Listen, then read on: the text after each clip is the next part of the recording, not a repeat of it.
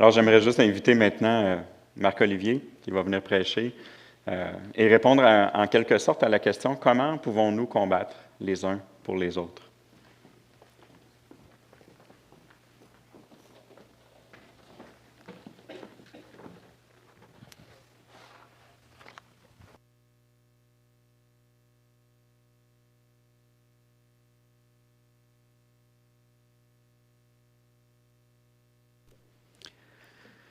Bonjour tout le monde. Bonjour mes frères et sœurs. Bonjour à ceux qui sont à la maison. Bonjour particulièrement aux gens qui n'ont pas pu venir ici parce qu'on était trop nombreux pour la limite et qui sont au bâtiment du Flambeau. Je vous souhaite la bienvenue. Bonjour aussi à la gang de Saint-Césaire qui nous écoute. Salutations. Bonjour à ma famille aussi. À Jean-Sébastien que tu décides de ce matin de m'écouter, mon frère. Et mon épouse, mes parents. Donc, je vous souhaite la bienvenue. Avant de commencer, j'aimerais ça pouvoir souligner quelque chose, une action de grâce que j'ai à vous souligner ce matin. Vous savez, il y a des gens ici, des frères et sœurs d'ici, qui ont décidé, qui ont choisi ensemble de faire un prêt à d'autres frères et sœurs qui sont dans un autre bâtiment qui est au Flambeau là-bas, pour venir en aide à la reconstruction du bâtiment. Et déjà là, on peut être vraiment reconnaissant de cet acte d'amour de leur part. Eh bien, vous savez quoi? Ces mêmes frères et sœurs qui ont voulu par amour nous entraider, ont décidé ensemble aussi de finalement nous donner ce prêt-là de 15 000 $. Gloire à Dieu, hein? Est-ce qu'on peut honorer notre Dieu? J'aimerais, au nom de tous les frères et sœurs qui ont reçu cet amour débordant de votre part, vous remercier de tout mon cœur pour cet amour-là. Et avant de débuter, j'aimerais ça qu'on puisse prier justement pour remettre la parole de Dieu entre ses mains. Père Céleste, tu dis dans ta parole que à ceux-ci tous connaîtront que vous êtes mes disciples, à l'amour que vous avez les uns pour les autres. Eh bien, Père, je te remercie pour cet amour qui est manifeste dans la vie de ton Église. Seigneur, qu'on puisse user d'estime réciproque comme ça, d'être généreux les uns envers les autres dans nos besoins, dans nos défis. Seigneur, je veux te remettre ta parole ce matin. Je te prie de m'aider à vraiment l'exposer clairement, de m'aider à pouvoir communiquer ton message. Parce que tu as toujours quelque chose à nous donner, à nous encourager, pour nous guider dans tes voies, Seigneur. On te remercie pour ce don de la parole que tu nous as donné et merci de me donner la grâce ce matin de pouvoir la porter. On te demande toutes ces choses dans le précieux nom de Jésus. Amen. Oui, alors pour ceux qui ne me connaissent pas, moi aussi, mon nom c'est Marc-Olivier, mais moi aussi je fais partie de l'équipe pastorale qui me permet, par la grâce de Dieu, de vous servir à travers différents ministères, dont celui de la parole. Et dans un tout autre ordre d'idée que celui de la générosité, de l'amour, j'avais une question à vous poser ce matin. Est-ce que vous vivez des combats? Est-ce que vous vivez des combats en ce moment? Et j'imagine que la réponse, c'est facile à dire, c'est oui. Hein? On a envie, on dirait que depuis la chute de l'homme, la vie est un combat perpétuel. Dans tous les domaines, on dirait que c'est là, ça bardasse de tout bord, de tous côtés. Vous êtes d'accord? On se bat contre le péché. Hein? Depuis la chute d'Adam et Ève, on essaie tant bien que mal d'essayer de garder nos familles, nos églises, nos enfants unis les uns aux autres.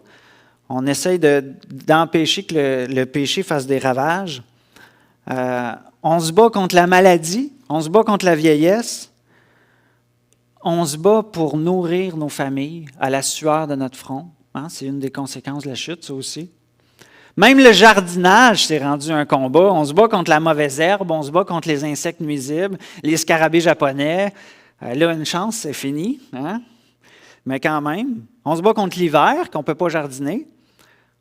Les femmes se battent tellement fort pour accoucher, pour mettre au monde un enfant. Quel combat ils livrent, hein? Etc., etc., etc. On pourrait continuer comme ça. Combattre, c'est quelque chose de fatigant, parfois d'épuisant. On a le goût des fois de se décourager, de jeter l'éponge, d'abandonner. Même parfois, on s'égare dans des combats qui sont secondaires. Quelque chose qu'on tient à tout prix, mais qui est secondaire. Et là, on est prêt à se battre pour ça. Et puis, on passe à côté des vrais combats. Et la cerise sur le Sunday, parfois, il faut combattre à distance. Hein? Lorsqu'on veut prendre soin de quelqu'un, puis qu'on ne peut pas parce qu'il est loin, on est pogné à combattre à distance. Est-ce que vous trouvez ça difficile de prendre soin des autres ou d'être entouré d'amour des autres alors que vous ne pouvez même pas les serrer dans vos bras, vous ne pouvez même pas les toucher, même pas leur rendre visite? C'est pas difficile, ça? Ce matin, j'aimerais ça vous encourager à travers la vie de quelqu'un qui a dû combattre à distance. Et il a dû combattre pour l'Église. Je veux aussi vous encourager à considérer comment le combat de la bonne nouvelle de Jésus-Christ est un combat qui en vaut la peine. Comment ce combat-là nous permet de s'enraciner dans la personne de Jésus-Christ. Et ça va justement dans notre série qu'on est en train de faire ensemble, qu'on est en train de suivre, dans Colossiens, une nouvelle vie enracinée en Jésus-Christ. J'aimerais ça qu'on le lise ensemble dans Colossiens, chapitre 2, versets 1 à 5, pour suivre cette série-là. Colossiens, chapitre 2, versets 1 à 5. Je veux en effet que vous sachiez combien est grand le combat que je soutiens pour vous et pour ceux qui sont à Laodicée et pour tous ceux qui n'ont pas vu mon visage en la chair, afin qu'ils aient le cœur rempli de consolation, qu'ils soient unis dans la charité et enrichis d'une pleine intelligence pour connaître le mystère de Dieu, savoir Christ, mystère dans lequel sont cachés tous les trésors de la sagesse et de la science. Je dis cela afin que personne ne vous trompe par des discours séduisants. Car si je suis absent de corps, je suis avec vous en esprit, voyant avec joie le bon ordre qui règne parmi vous et la fermeté de votre foi en Christ. Merci Seigneur pour ta parole. Alors, quelle est la situation de Paul en ce moment? Paul écrit cette lettre-là en prison. Et il est en prison pas parce qu'il a commis un délit devant Dieu qui mérite un jugement, il est en prison parce qu'il a partagé la bonne nouvelle de Jésus-Christ à plein de gens dans la région de l'Asie mineure. Et à cause de ça, à cause que ça ne faisait pas l'affaire des gouvernements de l'époque, il a été mis en prison. Et il écrit cette lettre-là à plusieurs églises. On le voit dans ce qu'on vient de lire. Il l'écrit pour l'église de Colosse. Il l'écrit pour l'église de Laodicée, qui est au nord-est, à quelques kilomètres au nord-est de Colosse. Et il écrit aussi d'autres lettres. Là, on le voit en prison aux Éphésiens, à d'autres églises. Et il remet ces lettres-là à quelqu'un qui est venu lui rendre visite. Il s'appelle Tychik. Et Tychik donne des nouvelles des églises. Et Paul lui remet cette lettre-là pour que l'Église la lise. Alors, qu'est-ce que Paul veut communiquer aux Colossiens dans les quelques phrases qu'on vient de lire? Alors, la première chose qu'il veut communiquer, je veux que vous sachiez à quel point il est grand le combat que je soutiens pour vous, pour ceux de la Laodicée, pour tous ceux qui n'ont jamais vu mon visage. Vous avez probablement déjà entendu parler d'histoires, ou peut-être ça vous arrivait à vous-même, de personnes qui sont dépassées par une situation, qui ont un grand besoin, qui n'y arrivent plus, ne sont plus capables, et que miraculeusement, quelqu'un qu'ils n'ont jamais vu vienne à leur secours, vienne les aider. Alors, eh bien, c'est exactement ce que Paul fait pour les Colossiens et les Laodiciens. Comment se fait-il que cet homme-là combatte pour des gens qu'il n'a jamais vus? Eh bien, vous le savez, la réponse est très simple et claire. C'est que Paul a un lien de parenté indestructible avec les gens de Colosse et de Laodicée. En fait, ce sont ses frères et sœurs spirituels. On le voit au verset 1. Et toute personne qui reconnaît avoir manqué la cible pour sa vie et qui reconnaît mériter le jugement de Dieu à cause de cela, parce que Dieu est un Dieu juste et saint, qui n'est pas corrompu, hein, il ne laisse pas des passe-droits, il n'accepte pas les pots de vin non plus.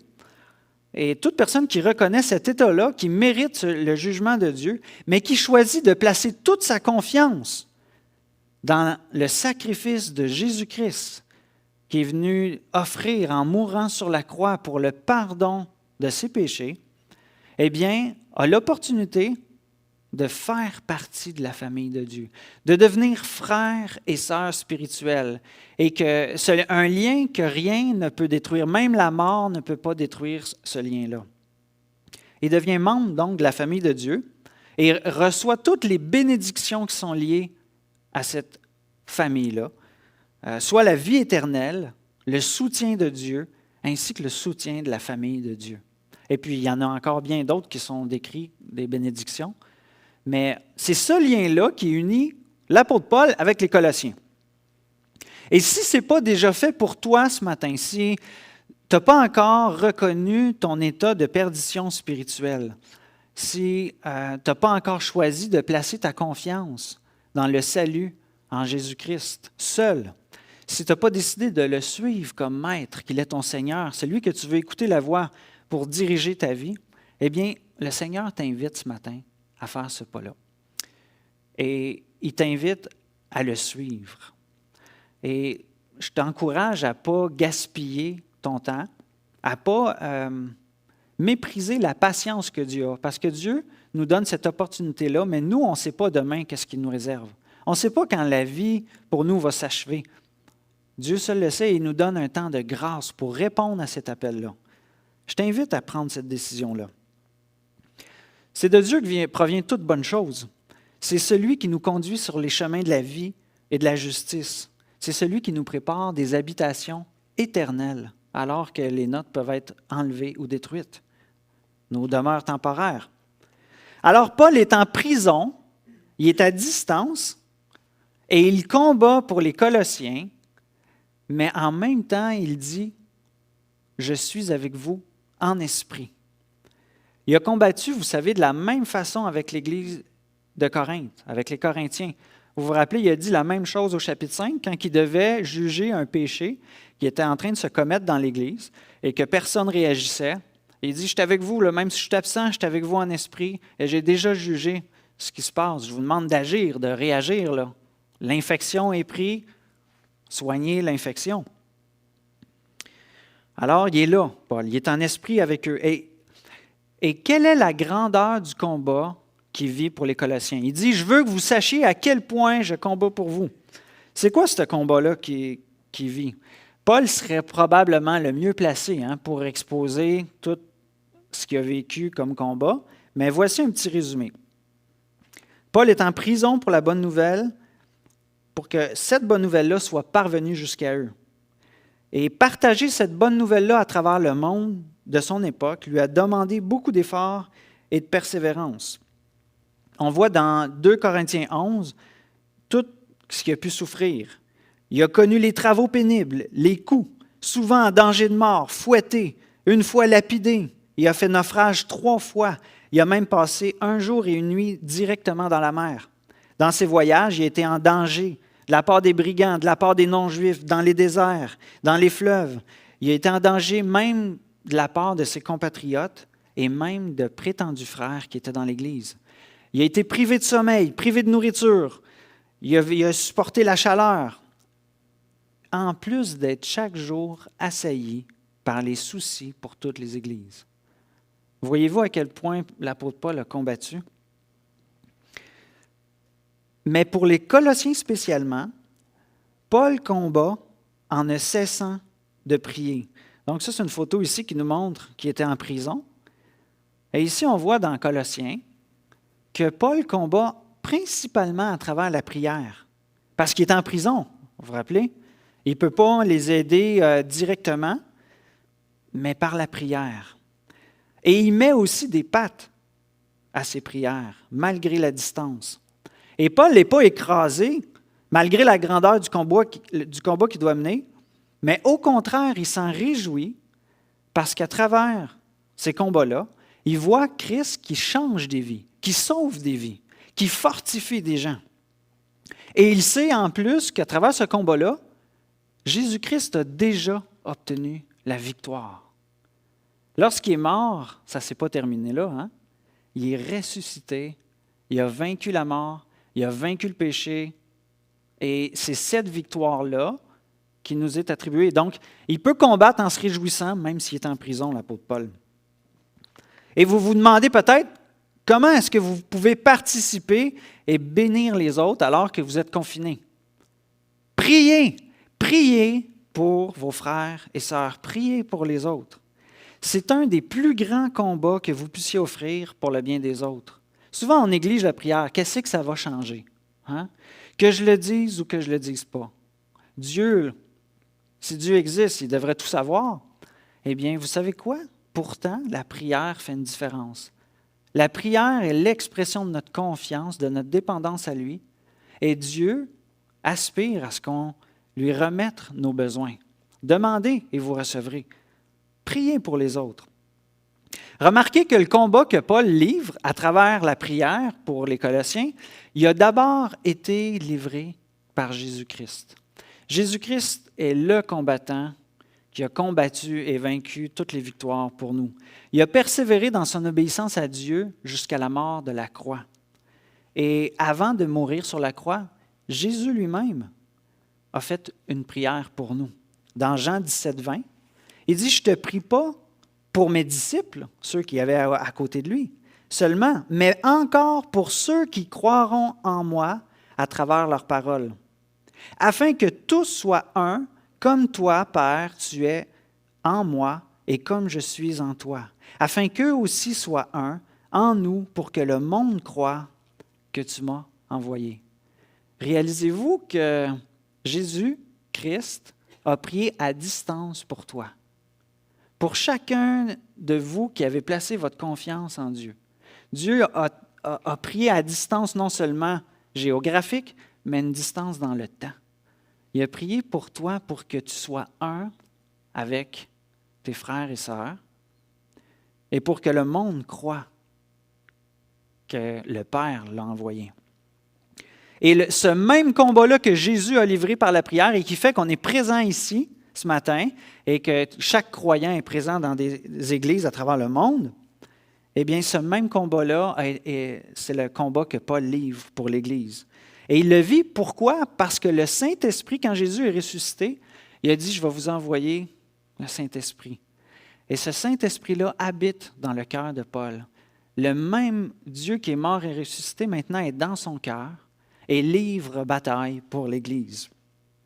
À travers la prière, mais aussi à travers des enseignements, des avertissements et des encouragements par les lettres qu'il envoie aux églises, parce qu'il les aime. Il les aime même s'il ne les a pas vus. Même s'il n'a pas vu tous les Colossiens ou les Laodiciens, il les aime. Quels étaient maintenant les objectifs de ce combat-là? Afin qu'ils aient le cœur rempli de consolation, afin qu'ils soient unis dans la charité, afin qu'ils soient enrichis d'une pleine intelligence pour connaître les mystères de Dieu, afin qu'ils ne soient pas séduits, afin de se réjouir en voyant le bon ordre qui règne parmi eux et la fermeté de leur foi en Jésus-Christ. Hey, 5 versets qu'on vient de lire, puis il y a pas mal de stock, hein? Pas mal de points qu'on peut voir pour lesquels Paul combat. J'aimerais ça qu'on puisse les survoler un à un pour nous aider nous-mêmes à combattre pour les autres. Prenons le premier point. Afin qu'ils aient le cœur rempli de consolation. Vous savez, il n'y avait pas seulement Paul qui combattait pour le royaume de Dieu, mais les Colossiens aussi combattaient. Ils combattaient pour suivre la volonté de Dieu au lieu de suivre les passions de leur chair. Dieu venait de les délivrer du mal. Et là, maintenant, ils devaient apprendre à suivre la volonté de Dieu, leur nouveau maître. Ils combattaient les puissances des ténèbres dont ils avaient été délivrés par Christ, mais dont la présence se fait encore manifester dans le monde. Jésus a vaincu le mal, mais est-ce qu'on voit encore la présence du mal? Certainement. Et Dieu nous demande de combattre un combat déjà gagné, mais il nous demande de combattre. Il combattait aussi toutes les pensées corrompues, les demi-vérités qui tentaient de s'introduire dans l'Église pour diviser et pour détruire. Le combat de Paul avait donc pour but de les équiper à travers la consolation de Christ pour traverser ces épreuves-là. Le deuxième point qu'on voit, celui-là, c'est pour vous montrer qu'il avait été délivré de la puissance des ténèbres, mais qu'il devait encore combattre. Alors, le deuxième point qu'on voit pour l'objectif pour lequel Paul combat, afin qu'il soit uni dans la charité. Donc, tous les faux enseignements qui tentaient de s'introduire dans l'Église risquaient de diviser l'Église, et Paul combattait pour préserver cette unité-là. Et ce point-là, c'est comme la viande entre deux tranches de pain, parce que, dans le fond, l'amour de Christ manifesté envers nous et qu'on se donne les uns aux autres, dans l'Église, c'est justement ça qui nous équipe pour qu'on marche dans la charité, dans l'unité. Donc, notre amour provient de l'amour de Christ qu'on a reçu premièrement. Et ça nous amène à l'autre tranche de pain, l'autre objectif pour lequel Paul combat, afin qu'il soit enrichi d'une pleine intelligence pour connaître le mystère de Dieu, savoir Christ.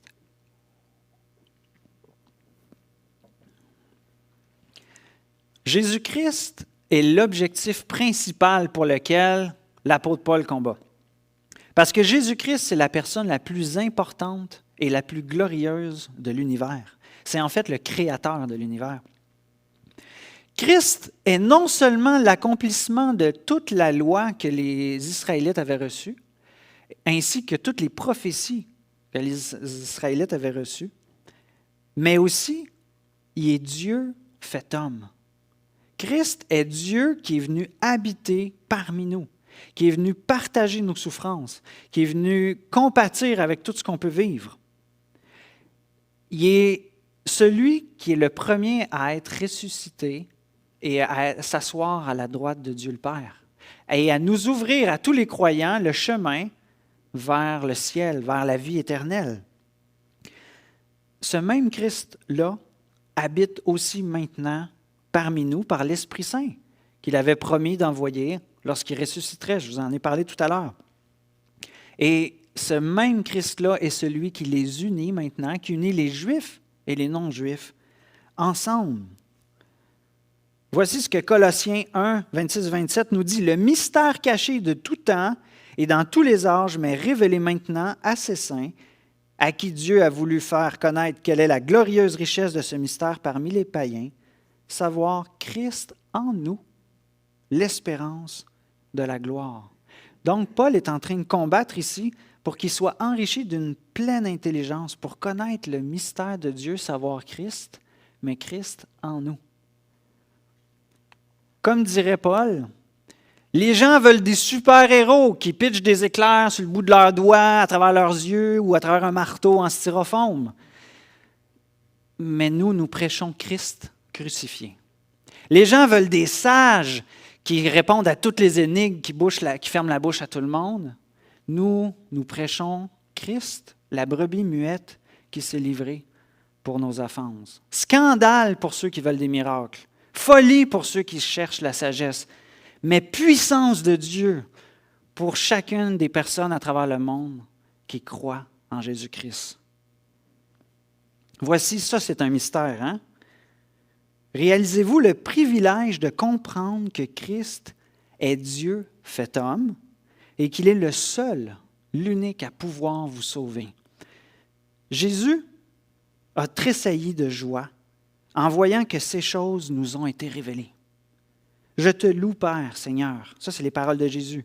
Je te loue, Père, Seigneur du ciel et de la terre, que ce que tu as caché ces choses aux sages et aux intelligents, et de ce que tu les as révélées aux enfants. Oui, Père, je te loue de ce que tu l'as voulu ainsi.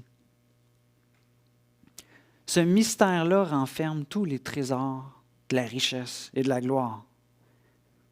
Et la vie de l'Église nous place constamment en situation dans lesquelles on a des opportunités de s'aimer les uns les autres. Et parfois, ces opportunités-là sont des défis. Mais ça nous apprend à comprendre l'amour de Christ pour nous, à comprendre ce Dieu fait homme qui a aimé jusqu'à mourir sur la croix pour toi. Et cet amour-là est la puissance qui nous rend capables de faire de même, nous, des gens imparfaits qui avons été aimés, d'aimer nous aussi des gens imparfaits. Un quatrième point qu'on voit, pour lequel Paul combat, afin qu'il ne soit pas séduit. Il y avait d'innombrables enseignements hérétiques à l'époque des Colossiens qui menaçaient l'Église, qui menaçaient de division, et c'est difficile de tous les nommer tellement il y en avait. En résumé, on pourrait dire Google. Tu sais. Il y en a un paquet d'affaires sur Google. Il y en avait tellement à la même époque qu'eux autres aussi pouvaient être séduits. Peut-être qu'ils m'ont entendu là, avec mon téléphone. Mais je vais les résumer, ces enseignements hérétiques-là. La philosophie. Donc, toutes les démarches de réflexion qui étaient fondées sur la pensée humaine. Les traditions des hommes. Et Paul ici fait référence spécifiquement aux traditions juives qui étaient la circoncision, le fait de manger ou ne pas manger telle viande, les fêtes, les jours de repos, qui n'étaient qu'en fait que l'ombre de Christ qui devait venir. Et des gens restaient attachés à ces choses-là et tentaient de séduire l'Église. Et un autre, les rudiments du monde. Donc, les privations. Certains disaient, le corps est mauvais, l'esprit est bon, donc il faut vraiment plus que tu fasses rien que ton corps aime. Donc, ils s'abstenaient d'un paquet d'affaires, puis ça détournait les gens de Jésus-Christ. D'un autre côté, il y en a qui allaient à l'autre opposé. Ben non, Jésus nous a sauvés, le corps, ça ne change plus rien, tu peux faire ce que tu veux, Christ n'en sera pas affecté. Parce que tu es peu, tu es parfait, si tu pêches, il n'y a rien qui va. Ça ne changera rien. Ta relation va rester pareille avec Dieu, il ne sera pas attristé, rien de ça. D'autres encourageaient les gens à l'adoration des anges par une fausse humilité, par une demi-vérité. Ah, tu sais, tu n'es pas digne vraiment de te présenter devant un Dieu saint, 3 fois saint, un Dieu parfait, pur. Tu sais, tu manques. Fait que peut-être tu aurais besoin d'aller voir un intermédiaire pour aller prier Dieu. Peut-être tu aurais besoin de prier tel saint qui, lui, a accompli des miracles. Peut-être que tu devrais prier tel ange. Lui, il va faire le message parce que tu n'es pas digne. Il y avait aussi des visions, toutes sortes d'autres visions séductrices qui détournaient les gens de Christ et qui ne croyaient pas en sa divinité. L'apôtre Paul combat pour les Colossiens et les églises environnantes pour qu'ils résistent à ces paroles séduisantes. Un séducteur, c'est souvent quelqu'un qui va manipuler pour obtenir une faveur ou obtenir l'admiration. Et ils vivaient ça, les Colossiens. Ils vont souvent utiliser des demi-vérités pour t'amener à déraper puis à t'en aller du bon chemin. On le sait, Satan était un séducteur. Dieu a mis une limite. Ah, Dieu, il vous prive de bonnes choses. Si vous mangez cet arbre-là, qui vous dit non, vous allez devenir comme lui. Il utilise des demi-vérités pour qu'on se détourne de Dieu, qui est bon, puis qu'on se tourne vers le séducteur pour tourner notre admiration vers lui, lui donner des faveurs, et puis là, c'est là que ça ne va pas bien. Eh bien, les mêmes Colossiens vivaient ce genre de choses-là. Tu n'es pas digne de te présenter devant Dieu. Va parler à tel intermédiaire. Aujourd'hui encore, Satan cherche par tous les moyens à nous séduire par ses paroles trompeuses pour nous éloigner de l'Église locale et de lui. Par exemple, il pourrait te souffleter à ton oreille. « Ah, je sais que tu as été blessé par l'Église, par des gens de l'Église. Ce dont tu as besoin, c'est de tel enseignement, de suivre telle personne. » Ou « Va plus à l'Église. Tu as juste besoin de ta relation avec moi. Moi, je suis parfait. Laisse faire les autres. » Pourtant, Christ est celui qui est mort sur la croix pour l'Église. C'est son épouse. On la mettrait de côté? Celle qu'il a aimée au prix de son sang. Voyez-vous comment on peut être séduit par toutes sortes de choses? On a besoin de nous enraciner en Christ et y être entièrement consacrés. Et Dieu va nous faire tenir ferme lorsque la tempête du mensonge va faire rage, lorsque la séduction va être là, lorsque les demi-vérités vont arriver. Et on en a en ce moment, si vous voulez, des faux enseignements, allez sur Internet, vous allez en entendre, on peut suivre toutes sortes de choses. Puis je ne dis pas que Internet est mal, mais il faut faire attention à ce qu'on choisit d'écouter. La dernière raison qu'il mentionne, Paul, pour combattre pour eux, c'est afin de se réjouir en voyant le bon ordre qui règne parmi eux et la fermeté de leur foi en Christ. Paul aspire à avoir de l'ordre dans l'Église. Il veut que ça fonctionne bien et il veut voir des gens qui grandissent, qui s'affermissent, qui s'enracinent dans la foi. Et même s'il est absent, il a la joie de voir l'ordre et la fermeté des frères et sœurs de Colosse à travers les nouvelles de Tychique qui leur rend visite en prison. Il peut rendre grâce à Dieu à travers ses prières, combattre en rendant grâce et leur communiquer ses encouragements, ses avertissements à travers les lettres. Donc, en conclusion, voyez-vous, qu'on soit cloué au lit par la maladie, qu'on soit emprisonné pour notre foi ou simplement confiné par les mesures sanitaires, l'amour de Christ nous presse pour combattre les uns pour les autres et pour s'enraciner en lui. On peut prier les uns pour les autres, vous êtes d'accord? Hein? On a du temps, on a même plus de temps à la maison pour prier. On peut se contacter par les médias sociaux qu'on a. Alors, on a plusieurs médias sociaux qui nous permettent de rentrer en contact et de prendre des nouvelles, de s'entraider comme ça. On peut se téléphoner, on peut s'écrire des courriels, des lettres. On peut prendre des nouvelles des frères et sœurs. On peut même se rencontrer dans les bâtiments. Ça, on a le droit, c'est 25 maximum en ce moment, pour s'édifier à travers la parole, pour faire connaître nos besoins, pour prier les uns pour les autres, pour envoyer de l'aide s'il faut. Et lorsqu'on constate le bon ordre qui règne, quand on voit la foi qui s'affermit, malgré les épreuves, malgré les nombreuses influences séduisantes, quand on voit la fidélité de chacun de vous à l'Église locale, votre persévérance dans le service pour les autres, dans les soins que vous vous donnez mutuellement, bien nous aussi, chacun de nous, on peut se réjouir de l'œuvre que Dieu fait en vous, de vous voir combattre les uns pour les autres. Laissez-moi vous donner quelques exemples de combats à distance qui ont eu lieu dernièrement. Plusieurs prient pour des couples en ce moment, des familles qui sont en difficulté, pour le salut des enfants qui vivent différentes épreuves. Plusieurs en ce moment prient à cause d'une complication suite à son opération. Chaque semaine, des intercesseurs prient 1 heure par semaine, 1 minute par jour, pour différents sujets pour le Québec, à travers le mouvement 24/7. Et il y a un autre groupe qui se réunit chaque semaine pour prier pour la célébration qui se passe ce matin en ce moment.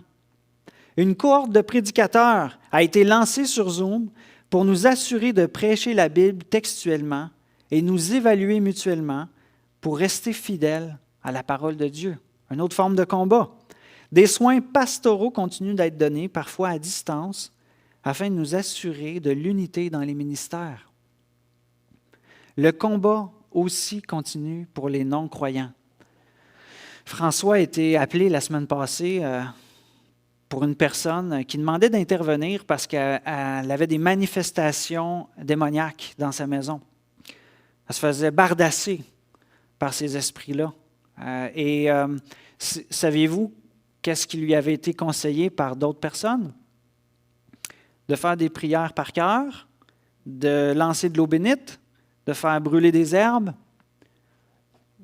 tradition des hommes, philosophie, vous vous rappelez les affaires séduisantes? Imaginez cette personne-là qui faisait ça et que ça n'arrêtait pas, que les démons peut-être en riaient de la voir essayer de faire des choses qui ne servent à rien. Eh bien, François ne pouvait pas y aller tout de suite voir cette personne-là, mais il a fait une chose. Il a dit, je vais prier pour toi. Et il a prié pour elle. Il a été directement à Dieu, pas d'intermédiaire, là. Et il nous en a parlé à nous, à quelques anciens, et on a pu prier aussi pour cette personne-là. Et après la fin de semaine qui a passé, il a pu s'y rendre, François. Vous savez quoi? Il n'y a pas eu de manifestation de la fin de semaine. Et François a pu aller prier pour elle directement sur place, prendre autorité, parce qu'il nous a délivrés des pouvoirs des ténèbres et nous a transportés dans le royaume de son Fils bien-aimé. Et il a pu prier pour elle et il a une occasion de retourner la voir pour lui partager la bonne nouvelle de Jésus-Christ, le vainqueur sur les esprits malins. Voyez-vous la puissance du combat à distance? Et je vous encourage, frères et sœurs, à ne pas vous décourager des nombreux combats spirituels auxquels vous pouvez faire face. Et particulièrement si vous devez combattre à distance. Découragez-vous pas. Enracinez-vous en Jésus-Christ, qui a combattu et vaincu pour vous et qui vous permet maintenant de combattre les uns pour les autres. Combattons dans le même sens que Jésus, les uns pour les autres, avec sa force qui agit en nous, par les divers moyens que Dieu nous donne. Je termine avec une question ce matin. Comment peux-tu combattre cette semaine pour tes frères et sœurs dans la foi afin que celui-ci ou celle-ci s'enracine en Jésus-Christ? Réfléchis à ça, trouve la réponse et je suis sûr que Dieu te donne des moyens de combattre pour tes frères et sœurs. Amen. Pendant que l'équipe s'avance, je vais conclure avec la prière.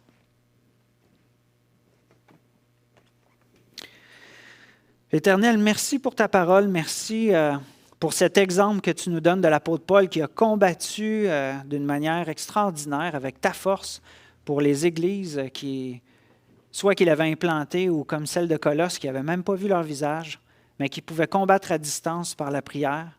Seigneur, merci de nous encourager à voir que tu agis. On peut simplement te demander, et toi, en un mot, en une intervention, tu peux venir à notre secours. Merci Seigneur pour ta toute-puissance qui agit en nous. Merci pour ta parole qui nous encourage à combattre. Je te prie de nous révéler comment on peut s'investir les uns pour les autres, qu'on soit un petit enfant à la maison ou qu'on soit malade. On a une puissance, toi Seigneur, qui peut nous permettre de faire la différence dans nos vies et tenir ferme dans la foi. Donc, Seigneur, on veut te célébrer avec ce dernier chant et te célébrer à chaque jour. Amen.